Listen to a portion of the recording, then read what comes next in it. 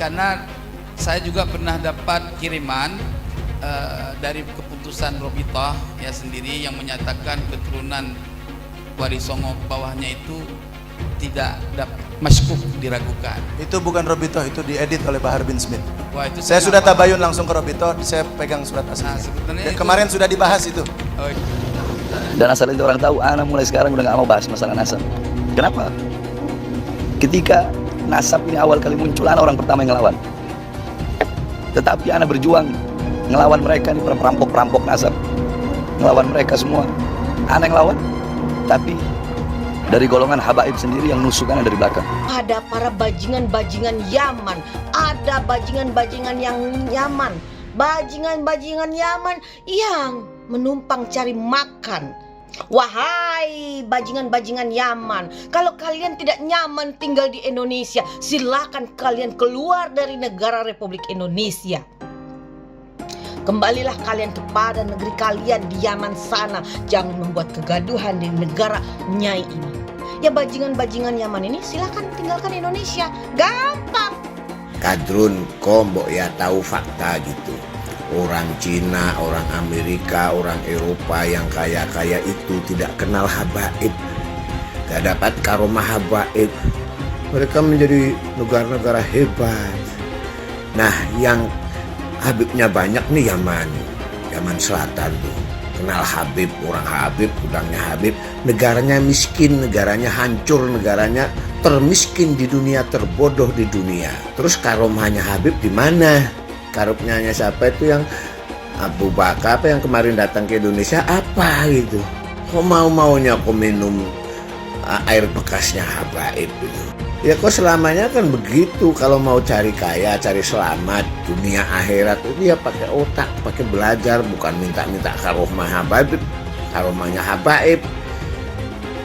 Orang yang dekat-dekat dengan habaib itu pada kaya apa? Pada sukses apa? Enggak, ya lulu itu buktinya. Apalagi yang mau mencium kaki habaib. Pret, betul apa betul? Yeay! Takbir! Yeay! Mengerti nggak kau? Jadi kau ditipu, dibohongi dengan karomah-karomah yang nggak masuk akal. Takbir! Yeay, saudari-saudari, yeay, saudara, dan yeay. Pada Syarifah. Kita, zaman sekarang agak aja ya, kita anggap bahwa keturunannya Nabi Muhammad ini cuma Habib saja. Sedangkan Syarifah enggak. Sehingga kita berani kurang ajar dengan Syarifah. Kita berani mengentengkan Syarifah. Bahkan berani mengawini Syarifah. Balik lagi mana itu modal kesamaan. Al-Habib saya yang guru daripada Habib Hasan. Beliau mengatakan seorang yang bukan habaib, bukan daripada Bani Alawi, menikahi Syarifah yang darahnya bersambung dengan Nabi Muhammad SAW sampai hari kiamat ibadahnya ditolak oleh Allah Subhanahu Wa Taala terkecuali bisa mengembalikan keperawanan Syarifah. Ngeluarin rantai emas dari langit. Keramatnya Al-Hamid tuh, keluarin rantai emas dari langit sampai ke bumi. Lagi ngobrol sama kakaknya Al-Muhdor nih, Syekh Umar Muhdor. Ayo wahai Syekh Umar Muhdor, dilihat keramatannya, turunin rantai emas dari langit sampai ke depan dia. Ini Habib Syekh Umar Muhdor ketawa doang. Dibilang sama adiknya, Al-Hamid, coba lihat tuh paling atas siapa? Gak tahu ada Syekh Umar Muhdor megangin rantai dari atas. Lebih hebat saya, kata dia. Tuh anak-anaknya bagaimana abahnya. Indonesia ini belum ada yang terbukti secara ilmiah bahwa dia adalah cucu dari baginda Nabi besar Muhammad sallallahu alaihi wasallam. Maka siapa saja yang mengaku sebagai cucu baginda Nabi ingin dipercaya, silahkan adakan tes DNA dan kita akan percaya dia menjadikan umat Nabi Muhammad dijadikan sebagai budak, bukan diangkat derajatnya, tapi dijadikan sebagai budak-budak manusia, diajak demo yang tidak ada manfaatnya, bukan demi agama, bukan demi Rasulullah, bukan demi apapun yang bermanfaat bagi yang diajak, tetapi hanya demi namanya semata, maka ini memanfaatkan umat Islam untuk kepentingan pribadi. Para ulama tidak boleh diam lagi. Jangan lupa, umat Islam di jagat raya salatnya tidak akan diterima oleh Allah Subhanahu wa taala kalau tidak mau mendoakan Habib. Umat Islam mulai gaya, mulai mengkoreksi Habibnya, mulai mengkoreksi ulama-ulama dari anak cucu Nabi Muhammad SAW. Orang yang seperti itu mirip dengan iblis. Orang yang seperti itu mirip dengan iblis. Mirip dengan iblis. Dia mulai marah-marah, mulai kalap ketika dia ngomong bahwa yang mempersoalkan Habib sebagai dzurriyyat Nabi itu dia bilang seperti iblis atau malah iblis atau gimana gitu. Yang mempersoalkan itu nasab para Habib itu tersambung atau tidak tersambung ke Rasulullah, dia bilang iblis atau seperti iblis atau apapun itu. Ya jelas salah, tidak percaya bahwa nasab Alawi itu para Habib itu tersambung ke Rasulullah. Ternyata kan diungkap oleh Gus Abbas dan beberapa ahli nasab itu menyampaikan bahwa sebenarnya keterputusan nasab Alawi ke Rasulullah itu kan persoalan lama itu di negara di Yaman sendiri sudah pernah dipersoalkan, sudah pernah ramai, dan memang ya tidak terbukti bahwa Pak Alawi itu dzurriyyat Rasul. Ya apa sih sumbangsih Pak Alawi hari ini? Apa nggak ada? Semua Pak Alawi yang saya kenal, sahabat saya, teman saya yang kemarin lembut, halus, rasional, sok NKRI. Kalau soal nasab itu tetap mereka itu tetap aja sama. Ternyata mereka ya sama aja, semuanya jualan nasab. Kalau ngaku dzurriyyat Rasul harus diuji. Sekarang ini lagi rame ini kan, Gus, ada Gus A, B, C, D, wah hasil habaib kena wah rame anak puyeng, udah bodoh. Bodoh amat biarin aja Beb. Yang punya wewenang bidang itu adalah salah satunya Robito Alawiyah, itu untuk di Indonesia.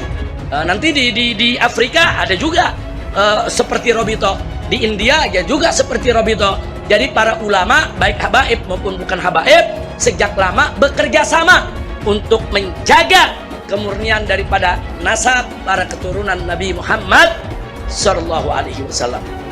Ada sekarang yang bilang belajar tuh ke Habib, jangan ke yang lain supaya tidak sesat. Nah, kalau Habibnya blow on, kalau Habibnya sesat gimana? Emang nggak ada Habib yang sesat? Ada. Itu Habib yang jadi antek Belanda banyak dulu. Iya, yang jadi sahabatnya Belanda, jadi kenil, kemudian jadi informan Belanda. Habib ada. Punya kakek yang baru jelek-jelekin, Habib Utsman bin Yahya, dia bilang antek Belanda. Zaman dulu itu Belanda luar biasa loh. Habib Utsman punya langkah. Beliau memang dalam kitabnya Manhajul Istiqamah ada membahas untuk tidak ada pemberontakan. Bib, apa emang begitu semua klan Ba'alawi itu begitu apa? Bangetan banget. Kalau Habib Utsman bin Yahya antek, udah ngaku aja antek, selesai, beres. Jangan pakai kelit sana sini. Al ulama warasatul anbiya, pewaris para nabi itu ulama, bukan Habib. Iya memang benar, Habib cucunya Nabi. Satu Habib, walaupun Habibnya jahlun, maksudnya bodoh kata Iwan, itu ukurannya perbandingannya amat 70 kiai yang alim. Kami adalah majikan kalian, kami adalah pemilik bangsa, kami adalah pemilik kedaulatan nasional. Kita orang Indonesia, panjenengan semua punya hak untuk hidup nyaman, merdeka. Jangan mau diperbudak. Apalagi kalau ada orang yang akhlaknya buruk kemudian meminta Anda semua bangsa Indonesia menjadi tameng hidup mereka. Jangan mau dengan doktrin di darah kami mengalir darah Rasul SAW. Di dalam tubuh kami mengalir darah Rasulullah. Di dalam tubuh kami mengalir darah Rasulullah. Kami ini cucu Rasul, maka siap kalian bela habaib, bela kami. Siap kalian angkat senjata untuk habaib. Yang dibelanya mafia, yang dibelanya begundal. Siap korbankan nyawa demi habaib. Siap korbankan darah demi habaib. Siap korbankan nyawa demi habaib. Allahu Akbar. Ada orang ngajak-ngajak perang, megangin mic, teriak-teriak, siap perang, siap perang, siap. Dia perang sama siapa? Siap serbu istana. Siap serbu istana. Siap ambil alih kekuasaan. Takbir. Siap berjihad. Saya ingatkan kepada semua umat Islam, siapkan senjatamu. Siapkan senjatamu. Kalau besok ada panggilan jihad, siap berjihad. Siap berjihad. Pancasila Soekarno, ketuhanan ada di pantat. Anak Tuhan dari mana? Kalau Yesus anak Tuhan, bidangnya siapa? Besok di seluruh wilayah Indonesia kami katakan dalam. Karena di salib itu ada jin kafir.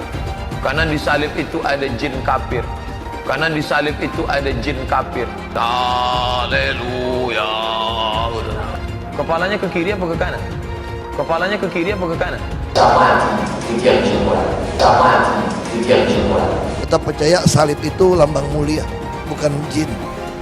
Kok ketawa? Aku nggak nyindir siapa-siapa loh. Banyak sekali ulah Habib-Habib yang merendahkan bangsa Indonesia.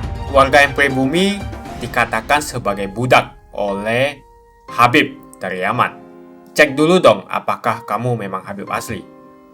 Mau sampai kapan bangsa Indonesia mampu dia menahan diri dan membiarkan bangsanya sendiri dihasut, diadu domba, diperdaya dan diperalat, bahkan diperbudak oleh manusia-manusia keturunan Yaman yang notabene pendatang dan belum jelas juga Habib asli atau bukan. Disuruh lakukan cek keturunan, dia takut, gak berani. Pribumi harus bangkit, jangan mau lagi diinjak-injak oleh Arab Yaman yang ngaku-ngaku sebagai Habib. Jangan mau lagi dikibuli oleh orang-orang seperti Bahar Smith dari Rizik Syihab yang ngaku-ngaku sebagai Habib. Tak usahlah panggil Habib-Habib, seakan-akan keturunan Arab kastanya lebih tinggi dari keturunan pribumi atau keturunan Cina. Seakan-akan Cina dan pribumi di bawah orang Arab. Namun Cina sudah menjadi nomor 1 di dunia.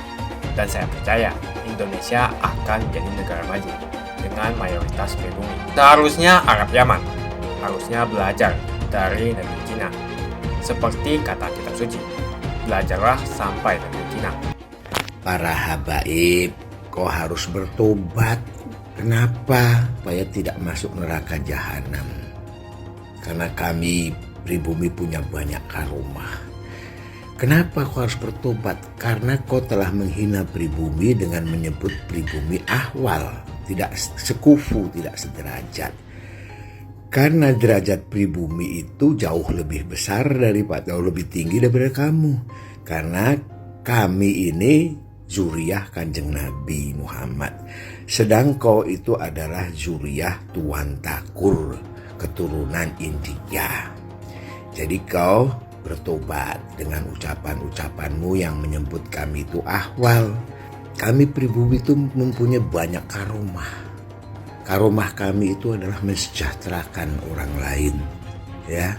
Berbeda dengan karomahmu yang lucu-lucu, ya. Jadi beda, kalah kelas gitu. Jadi kos yang keempat, kos segera rubahlah akhlak kalian gitu.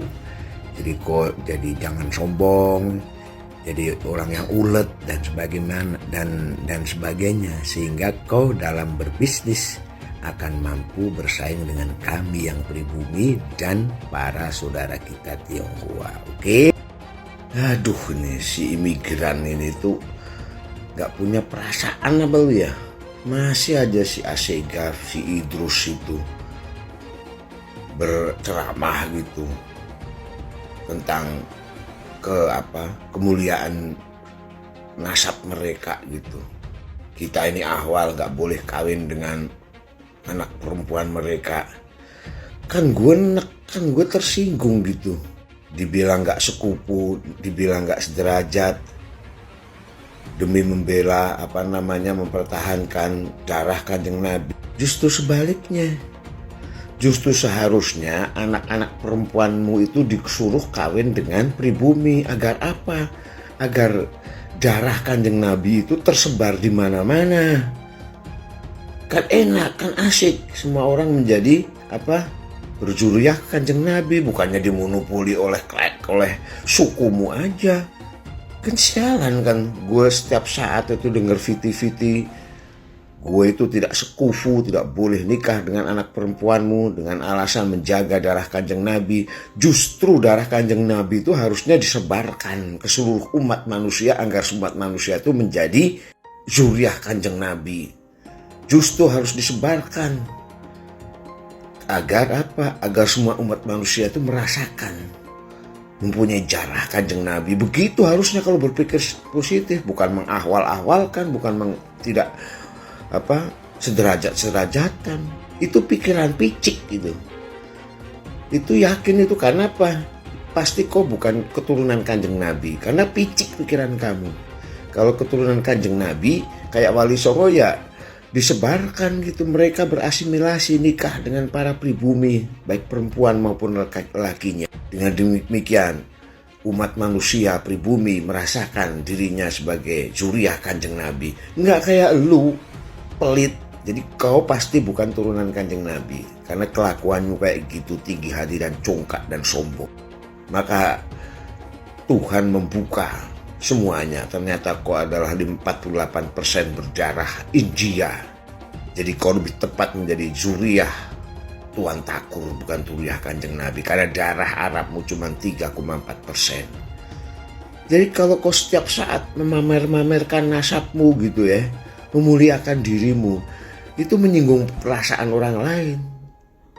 Kalau lu itu cucu Kanjeng Nabi, kok harusnya seperti Wali Songo, berpikir positif, tidak sombong, tidak congkak dan sombong, berasimilasi mengawinkan anak perempuanmu dengan bangsa yang lain, sehingga apa? Sehingga zuriat Kanjeng Nabi itu tersebar di seluruh dunia.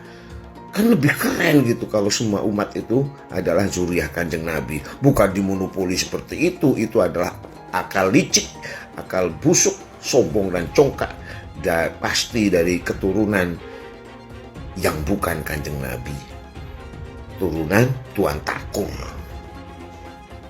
Harusnya kok hapus tuh fiti-fiti itu yang membuat orang itu tersinggung dengan ceramah model ayam.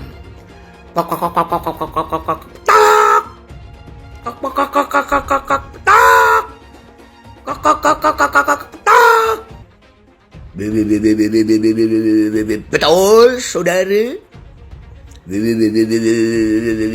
Betul, saudara. Betul, saudara.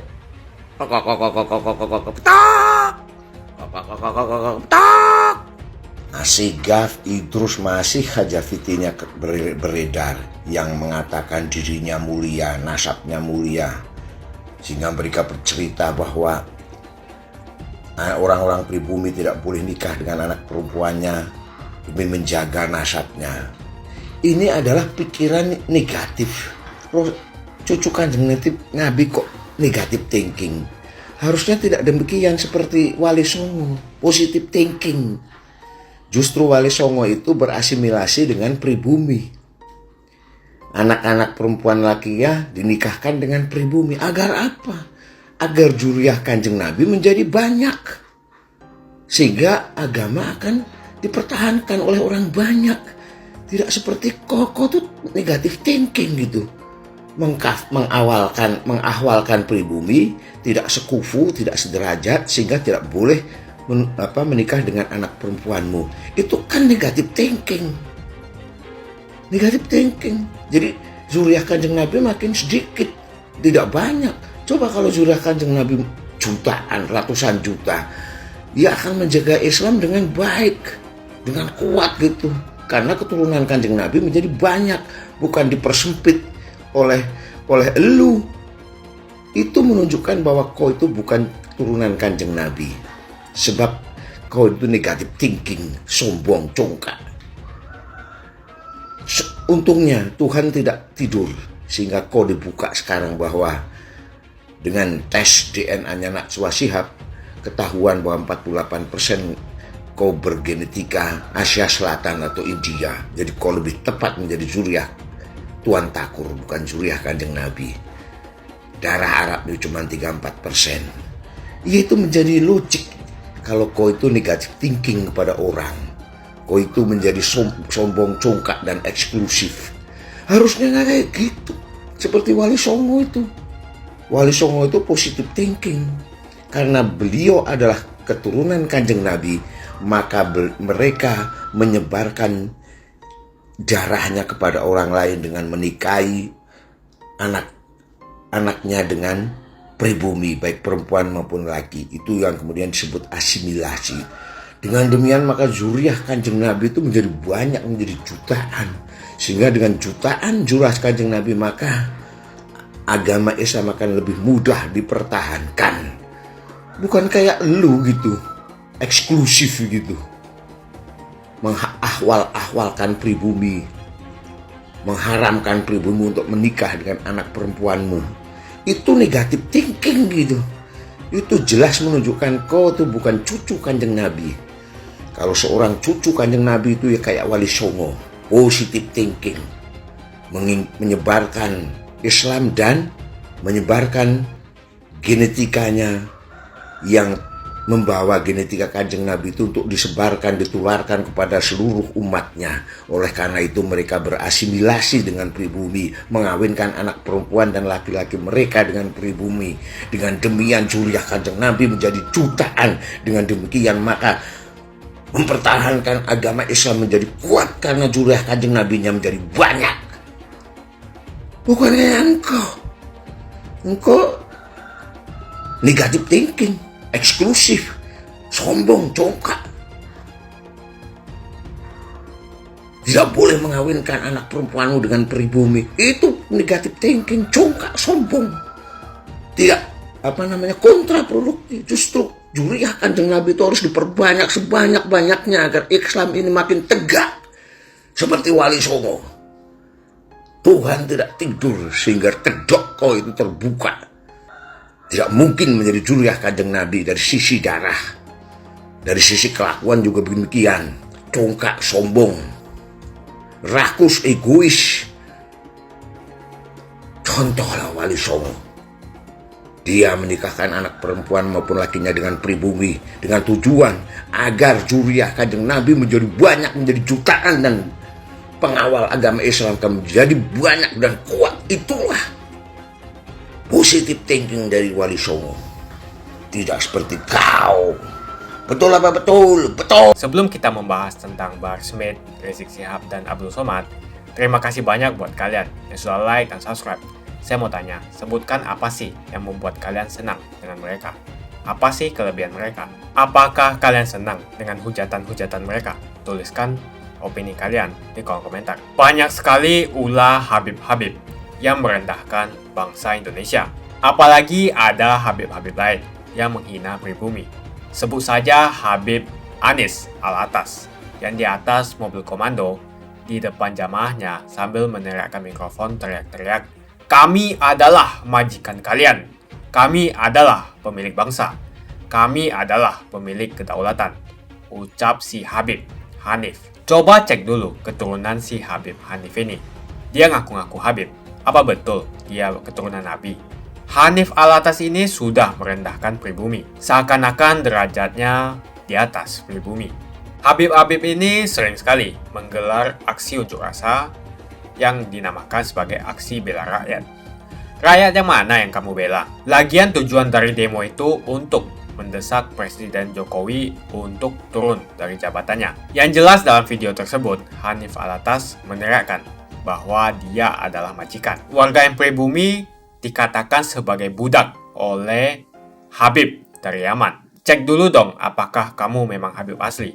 Para pengikut dan umatnya lebih parah lagi. Mau saja dijadikan budak oleh Hanif Alatas. Pribumi harus bangkit.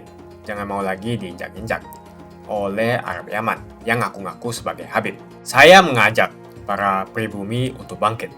Memiliki jiwa nasionalisme, rasa persatuan, dan kesatuan yang tinggi.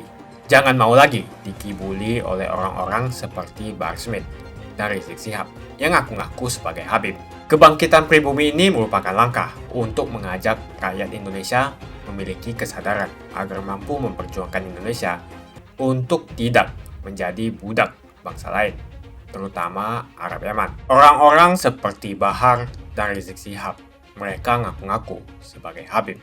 Bisa saja mereka Habib palsu, Karena tidak ada pembuktian cek keturunan bahwa betul mereka adalah keturunan Nabi. Jangan terus mengibuli masyarakat dengan menjual nazab. Jual nazab untuk mengumpulkan pundi-pundi rupiah dan kaya raya dengan mengibuli masyarakat. Lihat si Bahar dan si Rizik. Dari miskin jadi kaya.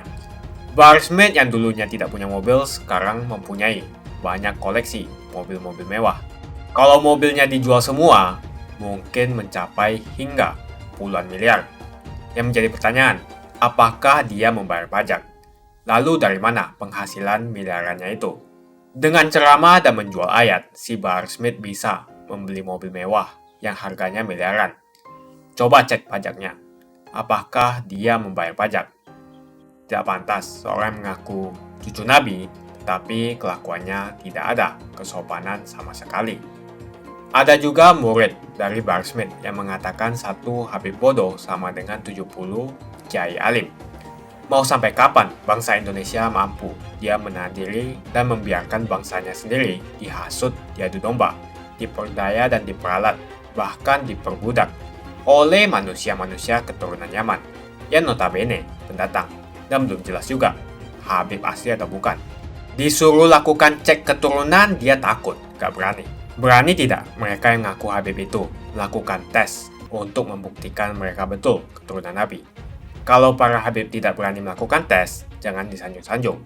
Apalagi ajaran yang disampaikan penuh dengan ujaran kebencian, seperti Bahar Smith, Rizik Syihab, dan Abdul Somad, dan penceramah-penceramah lainnya.